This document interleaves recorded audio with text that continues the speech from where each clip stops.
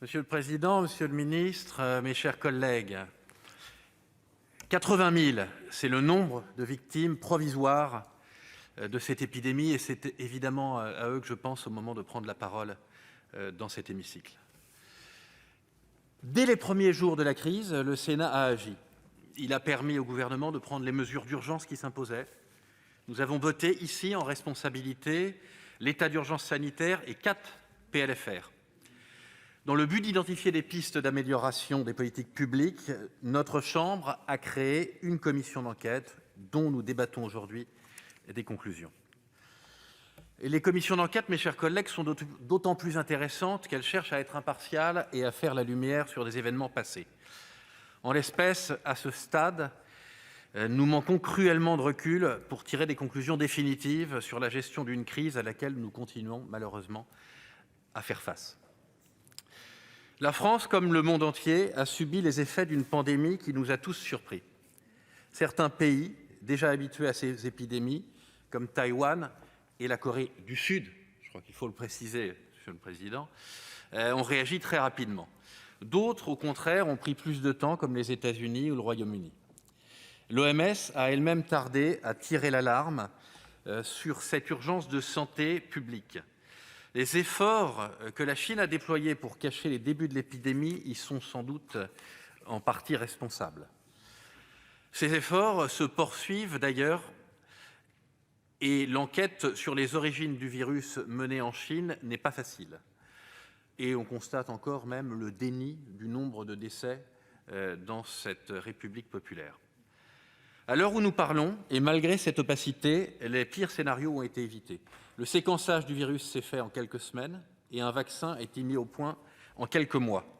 On peut bien évidemment regretter que la France n'en ait pas encore mis au point et, à titre personnel, je le regrette vivement. Mais notre pays connaît un bilan qui pourrait être pire. Même si c'est toujours trop, la France connaît aujourd'hui moins de morts par jour que l'Allemagne, pourtant si souvent citée en exemple.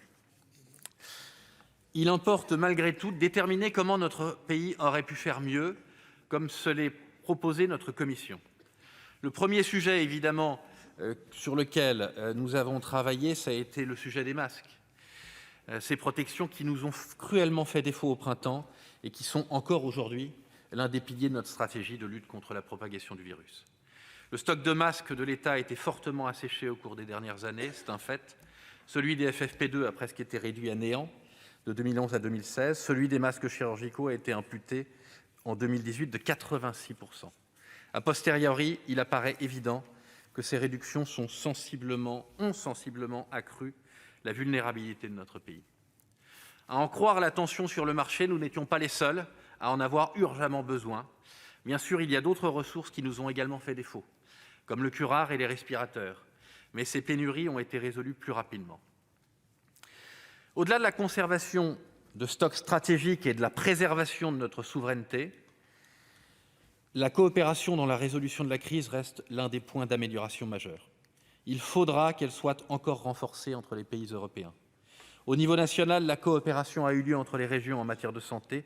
Elle a été positive et nous souhaitons qu'elle se poursuive. Il convient également de permettre à la médecine de ville d'apporter tout son concours au secteur hospitalier dans ces périodes de crise, mais aussi en temps normal, pour une meilleure prévention. Il en va de même pour les capacités de test dont il a été largement parlé par mes prédécesseurs. Il aurait en effet été profitable d'associer les différents laboratoires, y compris vétérinaires, pour effectuer davantage de tests dans de meilleures conditions. Je n'aborde pas non plus la question de la contrainte, même si, à titre personnel, il me semble qu'il aurait fallu se la poser et qu'il faudra sans doute se la poser dans le futur. Je pense évidemment à l'isolement, mais également aux passeports vaccinaux. Enfin, il serait certainement bénéfique de mieux associer les collectivités territoriales au fonctionnement des ARS, mais aussi aux décisions prises par l'État. Comme souvent, nos territoires ont tenté d'apporter leur concours, mais des rigidités administratives ont freiné leurs initiatives. Voici, mes chers collègues, quelques enseignements que l'on peut tirer de la gestion française d'une pandémie qui n'est pas terminée. D'autres questions nombreuses restent en suspens. Elles touchent principalement à notre souveraineté économique, sanitaire, mais aussi aux conséquences pour notre jeunesse et pour nos forces vives. Ces questions devront nécessairement trouver des réponses.